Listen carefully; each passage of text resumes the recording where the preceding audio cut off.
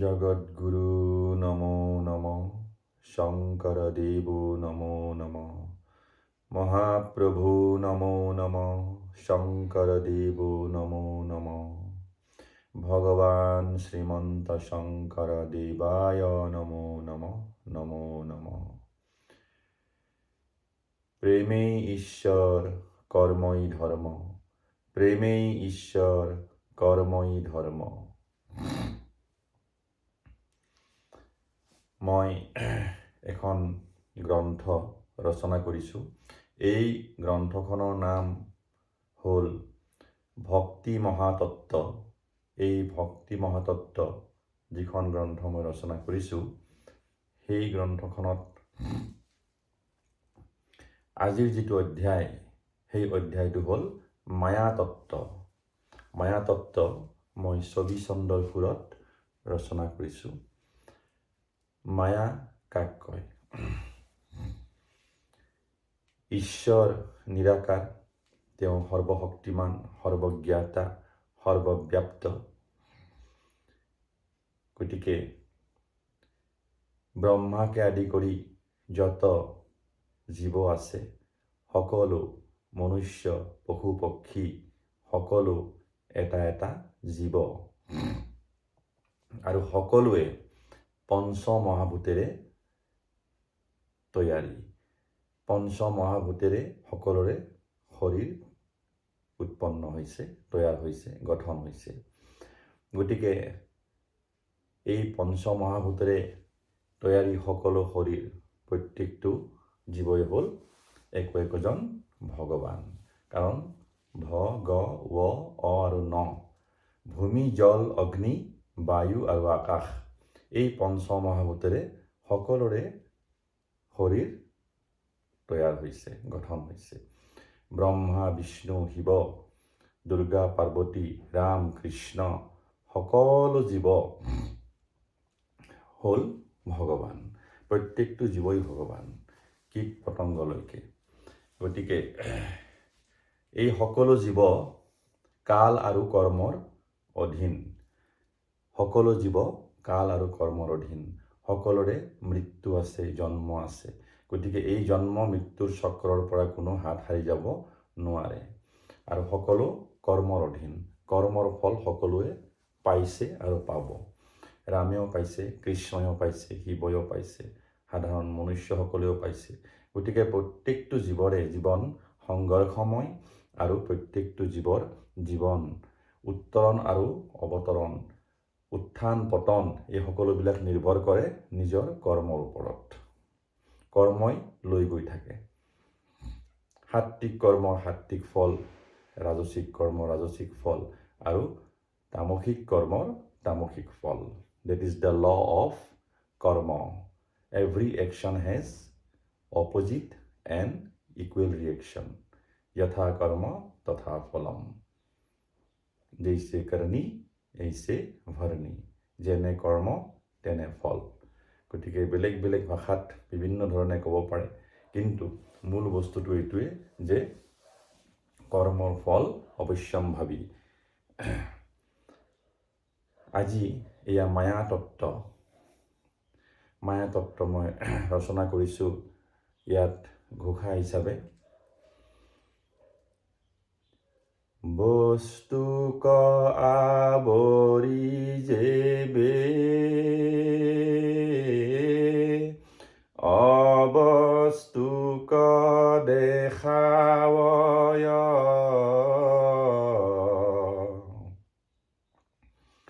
তাকে জানা মায়া বুলি কয়। অমায়াক বুজিবা জানা, ভ্ৰম বুলি জানিবা। অমৰুত মৰীচিকা যেন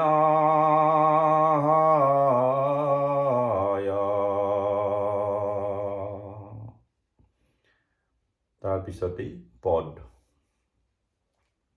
বস্তুক আৱৰি যেতিয়া অবস্তুক দেখুৱাই দিয়া হয়, সেয়াই হ'ল মায়া। গতিকে এই সকলো জীৱ, ব্ৰহ্মাকে আদি কৰি সকলো জীৱই হ'ল প্ৰকৃতি আৰু আত্মা হ'ল পুৰুষ। আত্মা নিত্য, পৰমাত্মা নিত্য আৰু প্ৰকৃতি হ'ল অনিত্য, অৰ্থাৎ নাশবান, নাশ হয়, প্ৰকৃতিৰ নাশ হয় আৰু পুৰুষৰ নাশ নহয়। পুৰুষ মানে হ'ল আত্মা আৰু পৰমাত্মা। এই আত্মা পৰমাত্মা হ'ল পুৰুষ, যাৰ নাশ নাই, যি সদায় নিত্য,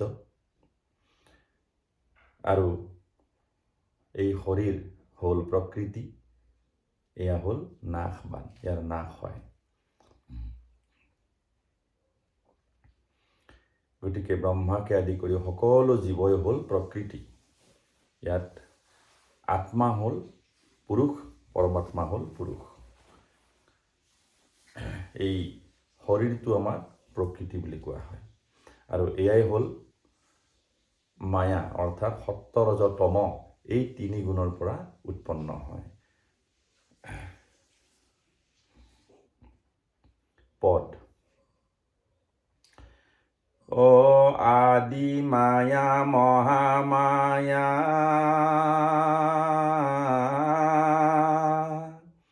যোগ আৰু বিষ্ণু মায়া, হৰলোকি কাল কপট,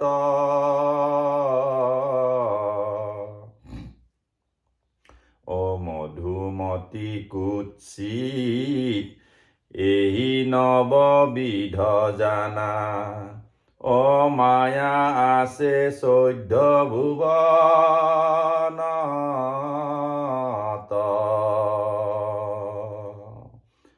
9বিধ মায়া আছে।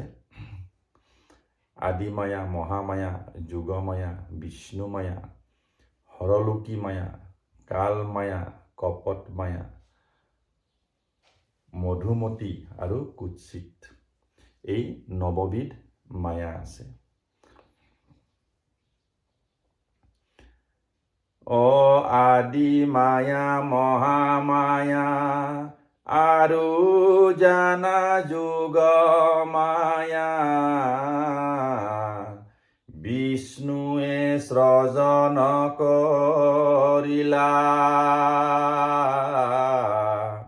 অচৰাচৰ জগতৰ সৃজন নিমিত্তে জানা, ঈশৱক সৃজন কৰিলা, বিষ্ণু মায়া যোগে জানা, হৰৰ যে অহংকাৰ,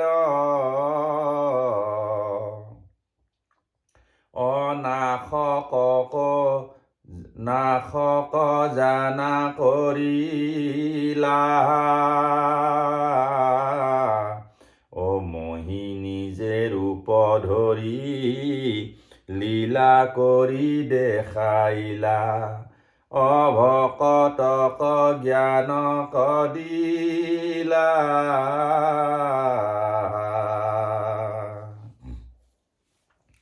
এই বিষ্ণু মায়াৰ যোগেৰে হৰ অৰ্থাৎ শিৱৰ অহংকাৰ পতন হৈছিলে। শিৱই কৈছিলে যে মই মহাযোগী, মোক নাৰীৰ মায়াই একো কৰিব নোৱাৰে।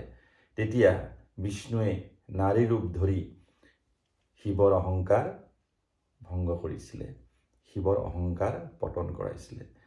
গতিকে এই যে মায়াৰ বিষয়, এই মায়াই সকলোকে আৱৰি আছে আৰু মায়া শয্যা মাজে আশ্ৰয় ঘুমতি যায়, মাধৱ পুৰুষে লিখিছে। ইয়াৰ অৰ্থটো এইটোৱে যে ব্ৰহ্মাকে আদি কৰি যত জীৱ আছে সকলো মায়াৰ কণ্ট্ৰলত আছে।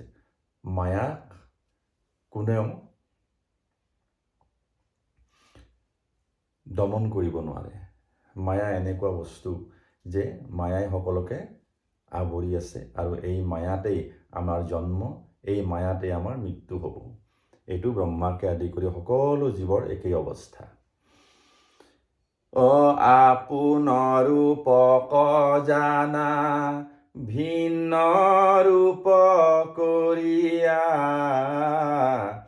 অন্য ৰূপক ধৰয় সেহি জানা হৰলোকি মায়াক বুজিবা তুমি উষা সখী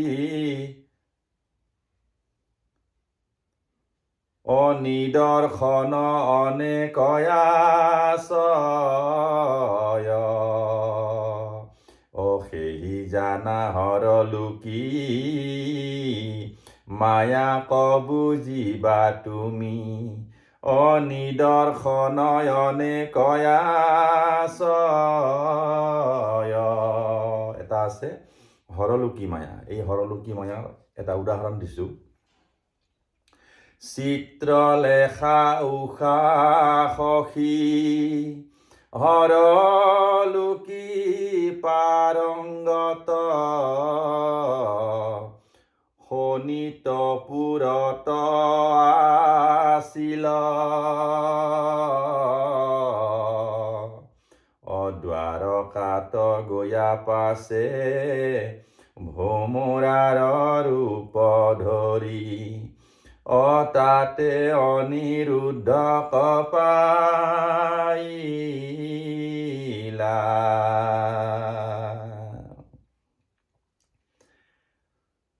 এই উষাৰ যে সখী আছিলে চিত্ৰলেখা, সেই চিত্ৰলেখাই হৰলোকি মায়া জানিছিলে আৰু তেওঁ সেই চিত্ৰলেখাই ভোমোৰাৰ ৰূপ লৈ পেলাই দ্বাৰকাত প্ৰৱেশ কৰি ভগৱান শ্ৰীকৃষ্ণৰ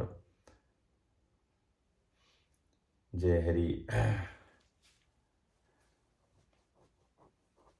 নাতি অনিৰুদ্ধক গৈ লগ কৰিছিলে আৰু এই প্ৰেমৰ বাৰ্তা তেওঁ লৈ গৈছিলে আৰু সেইটো তেওঁ ভোমোৰাৰ ৰূপ লৈ পেলাই দ্বাৰকাত প্ৰৱেশ কৰিছিলে। গতিকে সেয়া হ'ল হৰলোকি মায়া। যিসকলে জানিছিলে এইটো কৰিব পাৰিছিলে। গতিকে এইটো হ'ল হৰলোকি মায়া। মনুষ্য অৱস্থা জানা শিশু আৰু শৈশৱ যৌৱন আৰু যে বৃদ্ধয় অৱস্থা এই জানা কাল মায়া হৰিৰ সৃজনা জানা ঈশ্বৰৰ এইহে ব্যৱস্থা।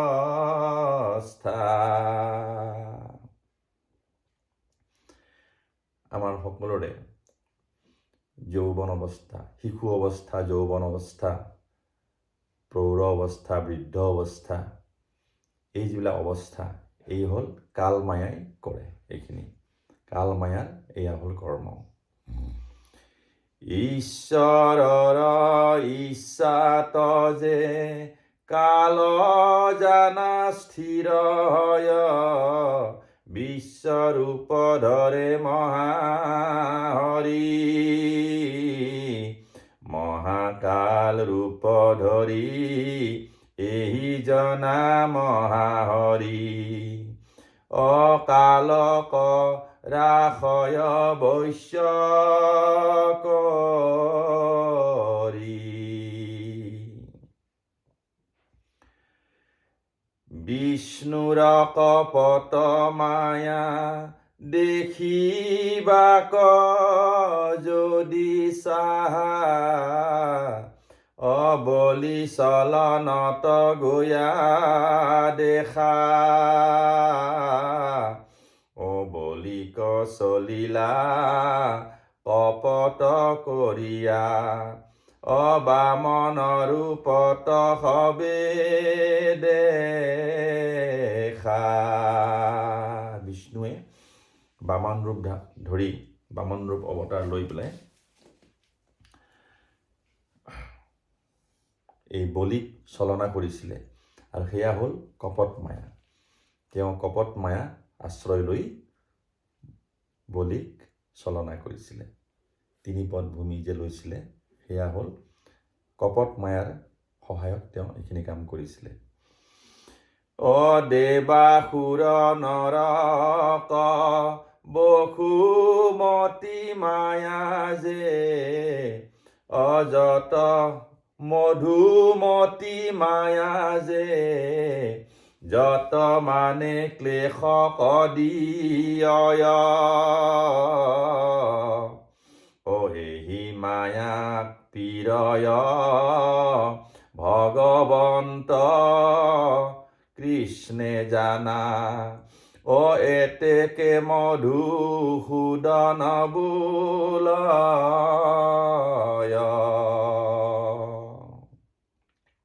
এই মধুমতী মায়াই আমাৰ দেৱতাসকলক, অসুৰসকলক, সকলোকে, মনুষ্যক সকলোকে মধুমতী মায়াই পীড়া দিয়ে, যন্ত্ৰণা দিয়ে। বেশ্যাৰ কৰ্মত জানা, মহাকুৎসিত যে মায়া, আতে বাস কৰিয়া থাকয়, ইহাৰ সংগত বাস যিটো জনে কৰয়, ইটো আপোনাক যে নাখয়।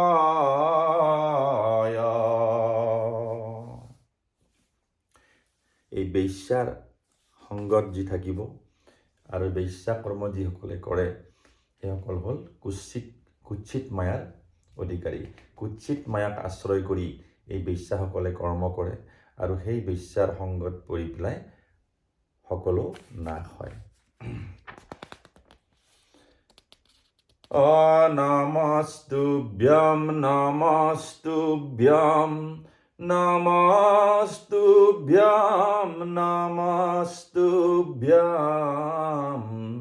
নমস্তুভ্যম নমস্তুভ্যম নমস্তুভ্যম নমস্তুভ্যম নমস্তুভ্যম নমস্তুভ্যম নমস্তুভ্যম নমস্তুভ্যম নম।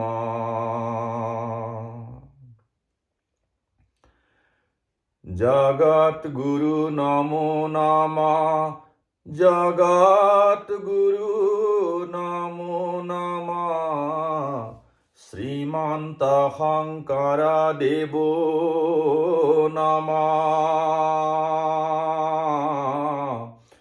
জগত গুৰু নমো নম, জগত গুৰু নমো নম, শ্ৰীমন্ত শঙ্কৰ দেৱ নম।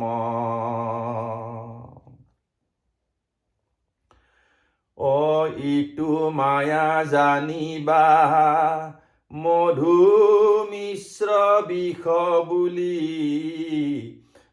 জিহ্বাত স্বাদক দেই জানা, উদৰত প্ৰৱেশিলে বিষক্ৰিয়া কৰিবেক, তেতিক্ষণে হৰিবেক প্ৰাণ। এই কুৎসিত মায়া মই উদাহৰণেৰে বুজাব বিচাৰিছোঁ। যেনেকে বিষ, মধু মিশ্ৰ বিষ, বিষত যেনেকে মধু মিলাই দিলে প্ৰথমতে মিঠা পোৱা যায়, তাৰপিছত উদৰত গৈ পেটত গৈ পেলাই কি হয়, তাৰ বিষক্ৰিয়া আৰম্ভ হয় আৰু সেই বিষক্ৰিয়াই এই শৰীৰটোক নাশ কৰে। ঠিক তেনেকে এই কুৎসিত মায়া যিটো, বেশ্যাৰ সংগৰ যিটো মায়া, সেই মায়ায়ো পুৰুষক, মনুষ্যক ধ্বংস কৰে। আৰু দেৱ দেৱী সকলোৱে এই মায়াৰ জালত পৰিছে আৰু সকলোৱে এই মায়াৰ জালত পৰি বহুত ককৰ্থনা লভিছে বহুত অসুবিধাত পৰিছে। এই সকলো জীৱৰ এইটো অৱস্থা হৈছে আৰু হ'বই। আৰু ইয়াৰ পৰা আঁতৰি থকাৰ যিটো ব্যৱস্থা, সেইটো কৰিব পাৰিলেহে আমি আমাৰ জীৱনত উত্তৰণ হ'ব। এই কুৎসিত মায়া বৰ সাংঘাতিক বস্তু।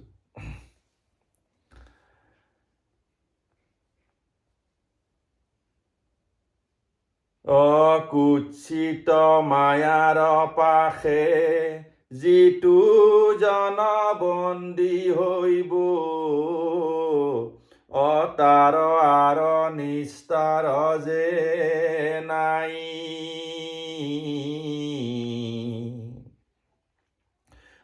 ধন যশ মান যাইব, লাজ অপমান পাইব, জীৱন্ততে মৰণ পাই।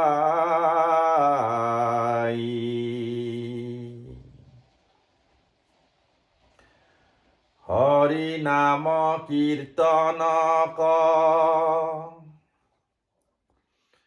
এক চিত্তে শুনা ভনা, শ্ৰৱণ কীৰ্তন কৰা হবে,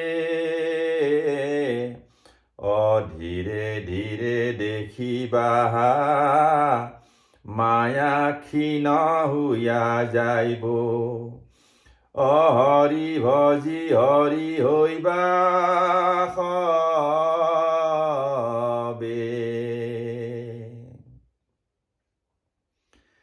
গৃহস্থী কৰম কৰি গুৰু হৃদয়ে ধৰি, অশুদ্ধ ভাবে প্ৰেম ভাবে থাকি, অভৱ সাগৰত অতি অপ্ৰয়াসে পাৰ হইবা, মায়া হব হইব ভক্তি আই।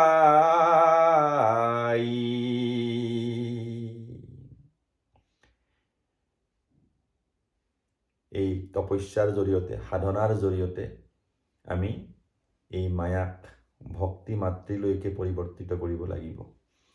তেতিয়া এই মায়াৰ পৰা আমি আঁতৰত থাকিব পাৰিম আৰু আমাৰ শাৰীৰিক, মানসিক, আধ্যাত্মিক যিটো উৎকৰ্ষ, যিটো উত্তৰণ, সেয়া আমাৰ সম্ভৱ হ'ব।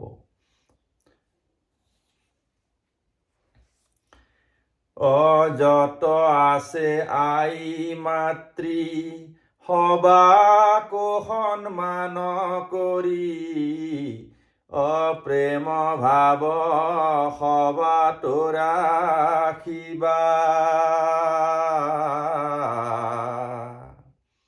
যত আই মাতৃসকল আছে, সকলোকে আমি সন্মান কৰিব লাগে আৰু জয় গুৰু শংকৰ কৃষ্ণ বুলি তেওঁলোকক প্ৰণাম কৰিব লাগে। তেতিয়া এই যিটো কুৎসিত মায়াৰ ভাৱনাটো আঁতৰি যায়, সেই ভাৱনা কেতিয়াও মনত নাহিব। মাতৃৰূপে আমি দেখিব লাগে আইসকলক। মাতৃবত দেখিবা কল্যাণক কৰিবা। মাতৃবত দৃষ্টিৰে চাব লাগে, মাতৃবত ভাৱেৰে অনুভৱ কৰিব লাগে আৰু কল্যাণকাৰী হ'ব লাগে মনটো। সুখৰ কাৰক তত্ৰ পাইবা। তেতিয়াহে তাতে আচল সুখৰ কাৰণটো বিচাৰি পোৱা যায়। এই যিটো কামনা, নাৰীৰ প্ৰতি যিটো আকৰ্ষণ, এই আকৰ্ষণ প্ৰতিটো জীৱৰে আছে, আছিল আৰু থাকিব। কাৰণ প্ৰকৃতিৰ পৰাহে জীৱৰ উৎপন্ন হ'ব। প্ৰকৃতি আৰু পুৰুষ মিলিহে জীৱৰ উৎপন্ন হয়। কিন্তু এই ব্ৰহ্মাকে আদি কৰি যত জীৱ আছে, ৰাম হ'ল, কৃষ্ণ হ'ল, সকলো মনুষ্য, পশু পক্ষী, জীৱ, কীট পতংগ, সকলোৰে উৎপন্ন কেনেকৈ হৈছে? এই ভগ নামৰ দুৱাৰেৰে হৈছে। গতিকে এই ভগ নামৰ দুৱাৰ যিটো যোনি, সেই যোনি অবিহনে কোনো জীৱৰ সৃষ্টি হ'ব নোৱাৰে। গতিকে এই যে মায়াৰ পৰা কোনো আঁতৰত থাকিব নোৱাৰে। কিন্তু এটা গৃহস্থী জীৱনত যিখিনি আমাক মায়া লাগিব সেইখিনি আমি সন্তান উৎপন্নৰ কাৰণে ব্যৱহাৰ কৰিব লাগে। আৰু তাৰ পাছত লাহে লাহে আমি শাৰীৰিক, মানসিক, আধ্যাত্মিক উৎকৰ্ষৰ ফালে আগবাঢ়ি যাব লাগিব। তেতিয়াহে আমাৰ শৰীৰটো ভাল থাকিব, মানসিকভাৱে আমি সুস্থ হৈ থাকিম, শাৰীৰিকভাৱে সুস্থ হৈ থাকিম। তেতিয়া আমাৰ আধ্যাত্মিক উত্তৰণ হ'ব, উৎকৰ্ষ সাধন হ'ব। গতিকে এই মায়া, সেইকাৰণে মই মায়াক কৈছোঁ যে মধু মিশ্ৰিত গৰল, মধু মিশ্ৰিত বিষ। এই বিষৰ পৰা আঁতৰি থাকিবলৈ হ'লে আমি সাধনা কৰিব লাগিব, তপস্যা কৰিব লাগিব। তপস্যা এইটোৱে যে হৰিনাম সংকীৰ্তন কৰিব লাগে, গুৰুজনাক হৃদয়ত ৰাখিব লাগে আৰু আই মাতৃসকলক মাতৃবৎ ব্যৱহাৰ কৰিবলৈ যত্ন কৰিব লাগে। যত্ন কৰোঁতে এটা সময়ত আমি সেইখিনি পাম, সেইখিনি গুৰুজনাৰ কৃপাত আমাৰ দিব।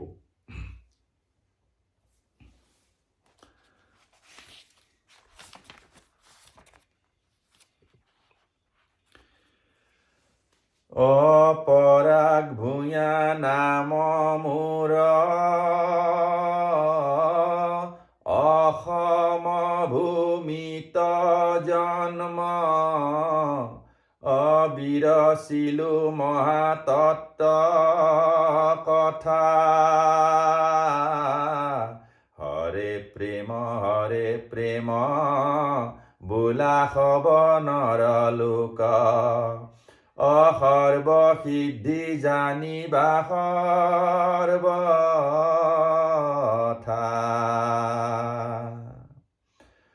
পৰাগ ভূঞা নাম মোৰ, অসম ভূমিত জন্ম, বিৰচিলো মহাতত্ত্ব কথা। হৰে প্ৰেম বোলা সবনৰ লোক, অসৰ্বসিদ্ধি জানিবা সৰ্বথা।